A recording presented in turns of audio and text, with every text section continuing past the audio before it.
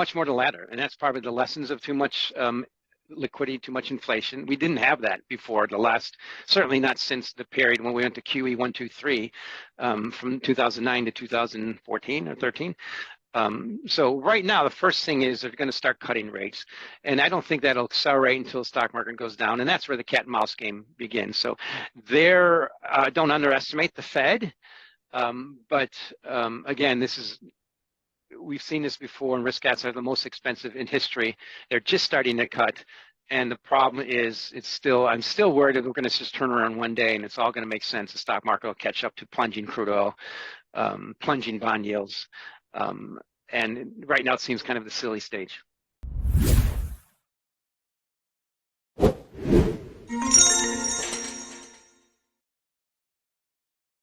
With the law of diminishing returns, Mike, can the Fed come in, with their helicopter money and save the day this time around, or is it getting harder and harder for them to do that? Much more to ladder, and that's probably the lessons of too much liquidity, too much inflation. We didn't have that before the last, certainly not since the period when we went to QE 1, 2, 3 from 2009 to 2014 or 13. So right now, the first thing is they're going to start cutting rates, and I don't think that'll accelerate until the stock market goes down, and that's where the cat and mouse game begins. So don't underestimate the Fed, but again, we've seen this before, and risk assets are the most expensive in history. They're just starting to cut, and the problem is I'm still worried that we're going to just turn around one day and it's all going to make sense. The stock market will catch up to plunging crude oil, plunging bond yields. And right now it seems kind of the silly stage. So, Mike, given the potential for a recession being so high and a market decline being so high, in your analysis, do you recommend holding not just gold and silver, but the miners through it, or is there a more strategic approach that you're preferring? Anything, I've been a bit flummoxed by the miners. A lot of the gold people I know have. Every conference I've been to, I think the last year and a half, that's been the main topic. Why are the equities and miners underperform the actual metal? So I'm less than an equity guy. I still point out I have to be careful. I don't really give investment advice, but I point out that I still think the price of gold is going to continue to be outperform most risk assets. So diversified portfolio. So however investors want to do that, but it is quite clear the miners are cheap. Here's what I'm worried about: is if I'm right, and we just have some normal back and fill and reversion in the stock market. Miners are equities. Can they go up if beta goes down? We have to ask ourselves. Typically, they don't. So you recently you recently shared that the ratio of gold ounces to barrels of WTI crude oil, it looks ripe to keep rising. You've been mentioning you think oil is going to drop to 40, gold's going to keep rising. Well, oil has a huge impact on the balance sheets of these gold and silver miners. With this ratio rising, with oil, dropping and the price of gold rising, are you expecting there to be very positive impacts on the miners' balance sheets? I don't watch the equities too much, and I think it's a minor thing for the miners. Okay. So is now a time, Mike, that you see where every investor should have some exposure to natural resources? Yeah, it depends how you define natural resources, because the bottom line is anybody through equities, I've always pointed out, is focusing on equities, commodities. Some of the best ways in history to get exposure to commodities or natural resources is through the equities, energy equities, agriculture equities, and then the basic metals. Sometimes the actual metals, typically the actual metal, i.e. gold, outperforms the equities that create those metals and take them out of the ground. But holding a commodity ETF or futures and stuff that tracks the actual futures typically underperform the actual, like the XLEs of the world, that ETF. It's partly because of contango and cost to carry, and it's that human nature, Americans creating more with less every day. And so I like to just point out those facts of the performance. So I stick with that. I think you mentioned the gold. There's 38 barrels right now of WTI that equals 1 ounce of gold. That was 7 before the financial crisis. It's been heading straight upwards. I don't see what stops it from going to at least starting at around 50 initially, because you get gold to 3,000 and crude oil to 50, or so that ratio should go to 60 easy. And crude oil going to 40 or 50 is nothing. It's just the trajectory at the moment. It's still the U.S. cost of production is around $55 a barrel. You usually have to get the market below that price. So, but those producers are still making money. So during the Great Depression, Mike, the Homestake Mining Company did incredible, and it really saved the lives of so many people. Yes. Because, yeah, I mean, 25% of the workforce was out of work, and people lost everything in the markets, or 90% of the markets. They lost everything in their banks. Unlike today, where we have FDIC insurance, they didn't have that back then. They literally were left with nothing, and those who had the wisdom to invest in homestake mining were spared the worst of what was going on back then. During 2000, and of course they couldn't own gold outright, so that was their proxy for that. Yeah. In 2008, during that deflationary time frame, from right after that, even though it dipped for a few months, both gold and the miners went on an absolute tear. After the current deflationary period that you're pointing to, is the market once again poised for a major precious metals and mining boom similar to those two timeframes? So I'm much more concerned about the rest of the precious metals, because one thing that's been happening since gold has been demonetizing all the other metals, most notably silver, for centuries, and most notably the last 20 years. Silver is an industrial metal, so I like to narrow down to gold. Major central banks aren't buying silver, they're buying gold with two hands. So I still stick with the overall price of gold outperforming most metals, most precious metals, including silver, even though silver has a much higher volatility. And the thing is, you have to, when you compare it to, we all know what happened. I'm glad you touched on it, to the 20s. In 1933, President FDR, outlawed holding physical gold. So there's only one choice. Jewelry, cheap watches made of gold, and of course, homestake mining. So overall, anything related to gold, I think, is going to outperform the equities. It's just less my space. The overall metal, the thing is, that's based on history. It's so much easier now in history to be able to just push a button in your brokerage account and buy ETFs that track the metal. True. All right. Well, let's stay on silver for a second here. With increasing demand for silver driven by tech advancements, EV growth, solar panels, advanced military weaponry, which doesn't seem to be slowing down at all, and the electrification of literally everything, coupled with a relatively stable supply of silver, what's your outlook for silver prices in the near term? And as a follow-up question, as gold continues to rise and rise and rise and draws more people in, are you expecting some to look at that price and say, well, that's too high, but look at silver, it looks cheap, I'm going to get in and buy some silver here, at 30, 35, 40 bucks, whatever it is? The problem I have with silver is becoming more industrial every day. Industrial metals are more focused on that's subject to what's happening in China. And China's heading towards a depression. If you look at their stock markets, their bond yields, and their property crisis. I do like the bid side of that. Our silver analysts point out is when I was really tracking silver very closely, when I was at ETF Securities and they offer products in silver, it was maybe 10%.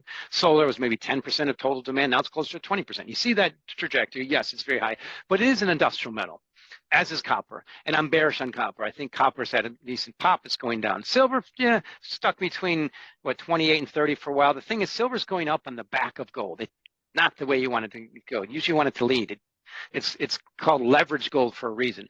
But when the world's heading towards this type of recession and it's underperforming like it is, it fits very well into that mode. So I expect that gold-silver ratio to continue to advance, maybe towards 100. Right now it's 89 or so ounces of silver to 1 ounce of gold. It's a gold-silver cross. It's been going up for most of history. It certainly goes up in global recessions, and I expect gold to continue to outperform. Now, the thing is, on a volatility-adjusted basis, which some of our clients probably understand, is you have much higher volatility in silver. So if gold's up 1%, silver should be up 1.6% to make up for that risk you're taking. And that's not happening. On a one-year basis, silver's up 34%, but gold's up 35%. That's part of what my whole global recessionary trajectory, which I expect to continue. I do expect silver to advance, but we all know it's called the devil's metal for a reason. And the thought is, when people think it's cheap, be careful in that type of environment. An environment where, okay, after we get to a point where the Fed's cut rates a lot and we get some kind of bottoming process, and maybe if we've peaked on unemployment and we can see the global economy coming out of this, and we can see some upward revisions in global GDP, and certainly from China and Europe, that's usually when silver shines. versus gold. But in this environment, I expect that gold to continue outperforming the devil's metal. So how did silver perform, in the last deflationary episode of 2008 to 2011? It went up.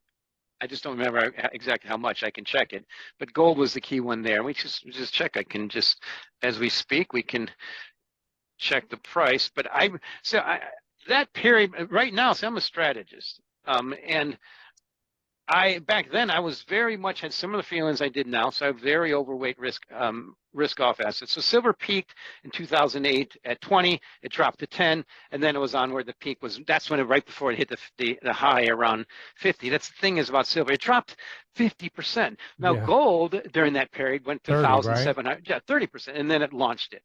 But silver did have that nice run up to the peak in 50. I remember when it peaked in 2011. Now we're bringing it back to me. I was at S&P. It was one of the rare cases I've ever saw the silver futures go into backwardation. And that was the sign of the peak right around 2011. So it's very rare for that because it's more of it's industrial metal, but that's when it was still more money. But it's much more of an industrial metal now. Industrial metals are under pressure. And look at iron ore. It's down almost 20% on one-year basis. And that's why I like to tip over. To me, right now, as we speak towards the middle of September, the major commodity I'm worried that's ready to follow those commodity dominoes that really was crude oil recently is copper, and I put silver more in that bucket. Well, so let's stay on copper for a second here. They have an incredible supply demand story going out into the mid 2030s, where it's extremely favorable for them. They're going to be short. It takes 16 plus years to build out a producing mine. There's a shortage of mines out into the future. There hasn't been any new major discoveries. Are you bullish copper long-term and bearish for the short-term during this deflationary impulse? Exactly. So what's happened recently? 2022, that big pump when Russia invaded Ukraine, copper made a new high, crude oil didn't. This year, this year in May, copper made another new high at 520, crude oil didn't. So I expect copper to continue to outperform the fossil fuel. You can't really create more copper, as you pointed out. But in the shorter term, I'm very bearish copper based on what's happening in China. So copper and China belong in the same sentence always, certainly right now. Bond yields right now. So good way to overlay copper is I look at that per pound price at 422 as we speak. If you overlay that same price with U.S. Treasury 10-year note and or the Chinese 10-year note, they're very close. At least they have been. It's, copper, the Dr. Copper. It's also a good indication with bond yields. So right now, the point I look at is I think copper is more likely to go to 3 before it goes back above 5, partly because if you take the average 10-year note yield in U.S. and China, it's 3% versus $3. It's a seriously silly way to look at it, but it's worked for at least a decade. I mean, when it stops working, I worry about it. Another key thing for copper, if you take copper and overlay it with the S&P 500, it's been almost tick for tick until last year. S&P 500 took over, and copper's just kind of been lagging. We get that little reversion I'm talking about in a normal bull market, copper will suffer. It's very highly correlated with the stock market. So to me, that's a shorter term. Longer term is a bridge I'd like to worry about later. And the bottom line for copper is what really struck me when it peaked in May. It was on the back of speculation about the big picture, a little bit of supply issues out of Panama, but the micro was so overwhelmingly bearish. It was on the back of massive speculation in futures. The managed money net positions, i.e. hedge funds and futures, got up to over, I think, 35% net long of total open interest. I mean, that's almost like squeezing silver near the highs. And that peaked it, and they're still overweight long that metal. So that's what happened to crude oil, and then it went down. We flushed out all those specs. That's what happened in natural gas, and went down. We flushed out all those specs. I'm afraid that's the next shoe to drop in commodities is copper to follow most of those commodity dominoes that have been falling, drop down towards 3, maybe make a base, and who knows how long that's going to last. But that's also synonymous. It's consistent with my view in the U.S. equity market. For stocks to go up and copper to go down is rare, but what's happening right now is copper starting putting a peak at 520. It's bounced at 4 for now, but I think everything starts tilting lower. And then at some point, we're going to see what's happening in China. Some kind of miracle recovery out of that country, some kind of simple phone call from Mr. Z to Mr. Putin saying the unlimited friendship's not working out. That would help, but it's unlikely. So essentially, wait for the economy, markets, et cetera, the energy complex to bottom out. once it does and there's some green shoots moving forward, it's then time to relook at copper? I think it's going to follow just that example, and we've already had examples this year. Natural gas has done it. Natural gas is the #1 measure of heat, electricity, and fertilizer in this country, and also it's the most volatile major commodity. It went up to 10 million BTUs at the Russians' invasion of Ukraine. It dropped down to 1.6 or 5, the level that was first traded in 1990. Now it's hovering around 2. It should stay there for years. It gave us an example. The grains are the most elastic commodities. Corn went up to 8. It's dropped down to 10. It's right near its cost of production, and now it should hover here for years. It's just how it works. You have to have some kind of shock of demand pull or supply constraint. It's usually how commodities work. When they go up too much, that's the reason they go down. Copper is much more macroeconomic, but I think it's going to follow what crude oil does. Crude oil is the next on the list. It went up too much, so it's going back down. It's getting squashed and still an excess supply versus demand. And I think it's just copper is more related to the equity markets and interest rates than most of those other commodities.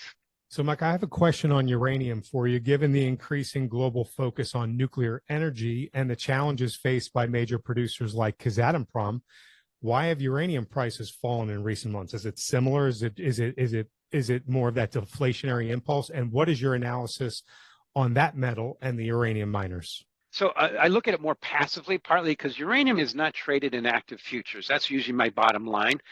Maybe they're coming, but my sense of watching it and hearing about it and reading about it a little bit, it just went up too much. So now it's probably consolidating, but I like that demand pull force for it. I just don't dig into it as much. Partly anything that's not in actively managed futures like iron ore is getting there. It's a little bit out of my scope. I got you. All right. Well, this has been a wonderful conversation. Before we wrap up here and I ask Mike our final question, I want to point everyone over to our Substack.